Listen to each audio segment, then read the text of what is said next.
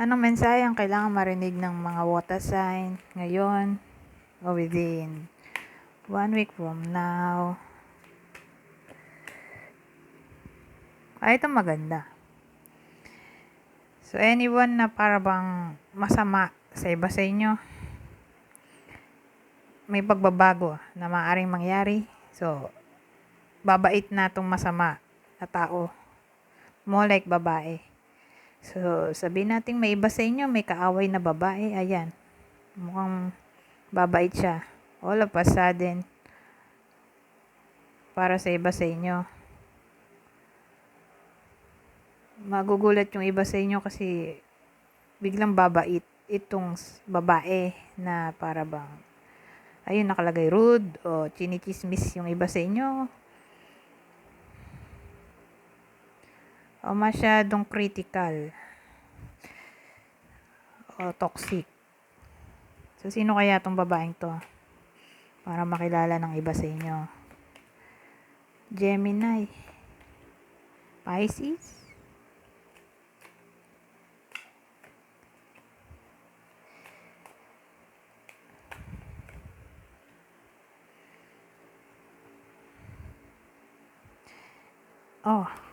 bakit baliktad lahat?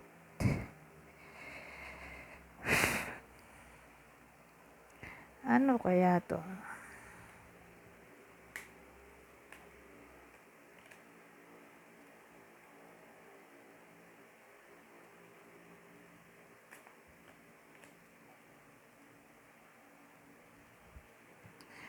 Ano to?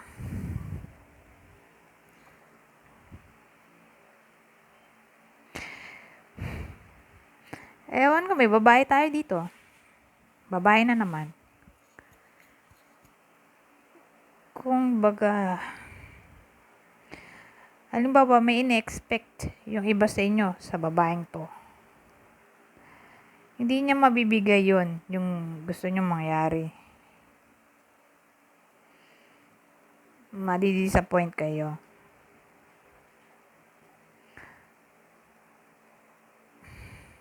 Ganun dating. So, sabihin natin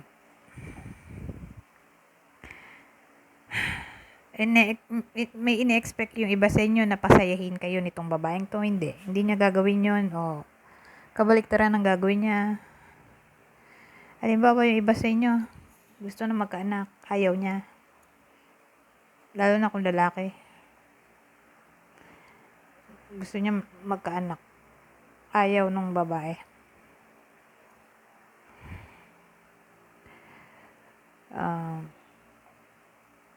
Sabihin naman natin may ino-offer yung iba sa inyo na something dito sa babaeng to. Ayaw niya tanggapin ang kung anumang gusto mong sabihin o recommendation, suggestion, offering. Ayaw niya. Ewan ko, ang toxic ng babae. Pero, alamin natin. Sino kaya tong babaeng to? Para makilala ng iba sa inyo. Taurus, Aquarius,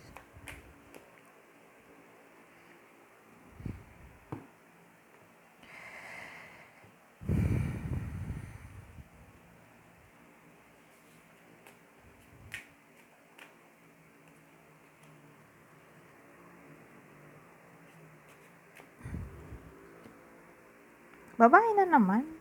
Lagi may babae dito.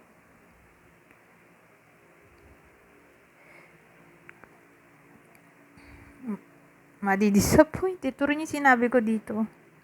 Madi-disappoint nga daw, babae na naman. Ewan ko ano ba to. Connected lang to dito. Ha? Ibayin na natin. Kasi ulit-ulit lang.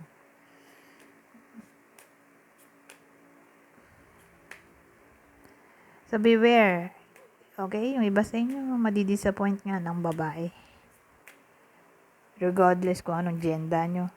So, again, ito yung magpapadisappoint sa inyo na babae, ha? Taurus, Aquarius.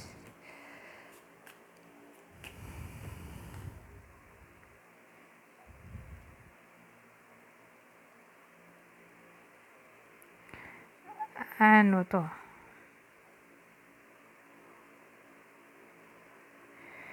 Ito ano to?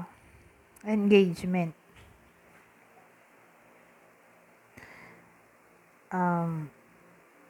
Ang dating sa akin may magpo-propose. Within 1 week from now, parang unexpected. Sa bagay, gano'n naman talaga, kadalasan, di ba? Pero may iba naman na planado. Yung engagement dito kasi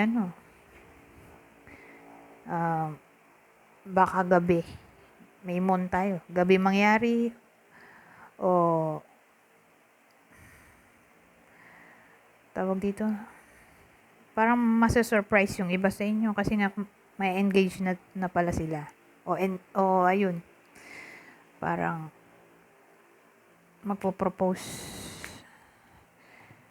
May iba sa inyo tawag dito, may magpo-propose ng wedding o engagement.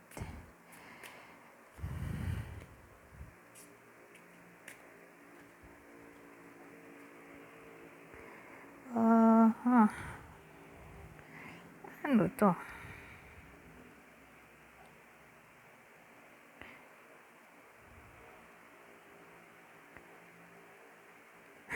Ano to?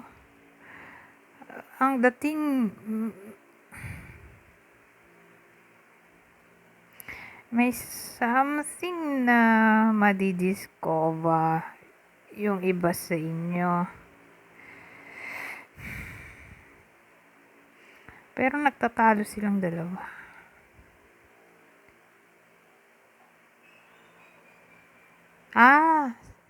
More like good news to.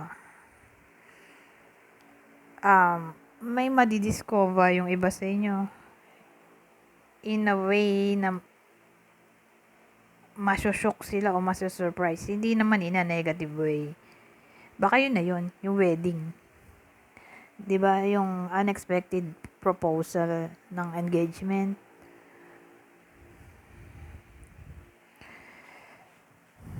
So, ewan ko, ang dating may madidiscover o discover yung iba sa inyo na ikatutuwa nila o magbe-bring yun ng clarity. Hindi naman negative way. Okay? In a positive way. Ay. May lion tayo dito. Ay. May snake naman. Diyos ko, ano ba to? Bad news daw oh.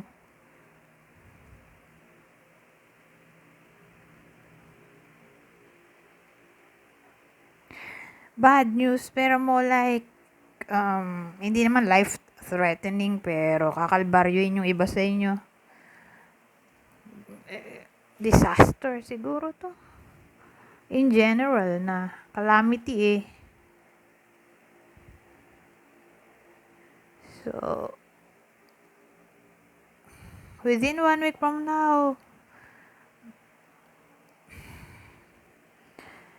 baka kalbaryuin yung iba sa inyo. Baka, grabe naman, lumindol. Masunugan, OMG. Pero tingin ko maagapan naman o hindi masyadong malaki yung damage. O in general na lang, mamalasin, pero hindi naman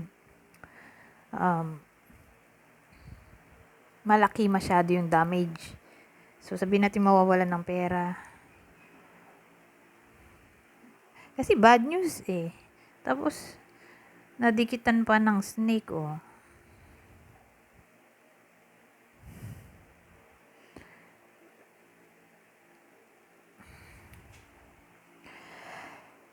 Beware na lang. Okay?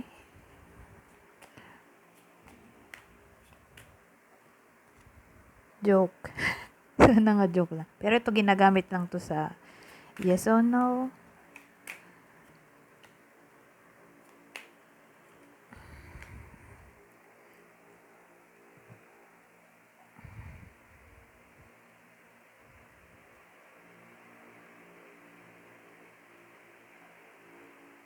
Wow, ano to?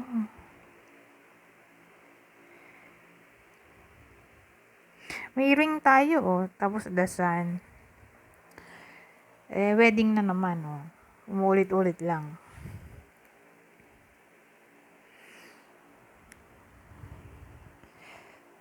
Pero sabihin naman nating promotion, pwede rin. New job.